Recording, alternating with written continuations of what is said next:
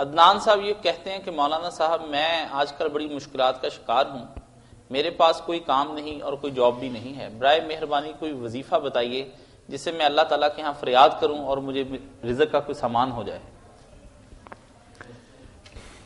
اللہ سے دعا کرنے سے بڑھ کر مومن کا کوئی ہتھیار نہیں۔ یہ دنیا پیدا کرنے کے بعد اللہ تعالیٰ ریٹائر نہیں ہو گیا، نہ اس کو چھوڑ دیا کھلا کہ جیسے جی چاہے چلے۔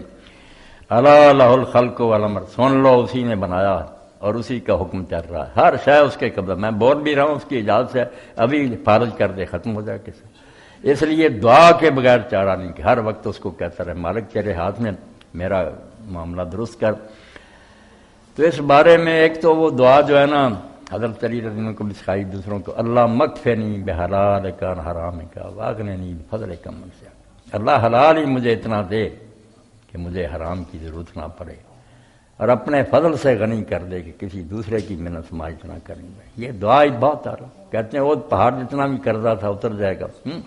باقی جو ہے نا ذکر، وہ دو ذکر جو ہیں وہ کاروباری لوگوں کو سب کو چاہیے۔ یا مغنی اللہ تعالیٰ کو آواز نے 1100 مرتبہ، دیر رات میں کسی وقت دکان پر بیٹھے گھر میں 1100 مرتبہ کہا کریں یا مغنی یا مغنی یا اے غنی کرنے والے، اور درود شریف 11 مرتبہ بلاخر، بے شک چھوٹا پڑھ لیں۔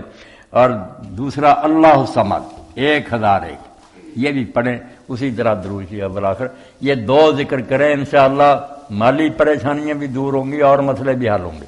یا مغنی 1100 اور اللہ الصمد 1001۔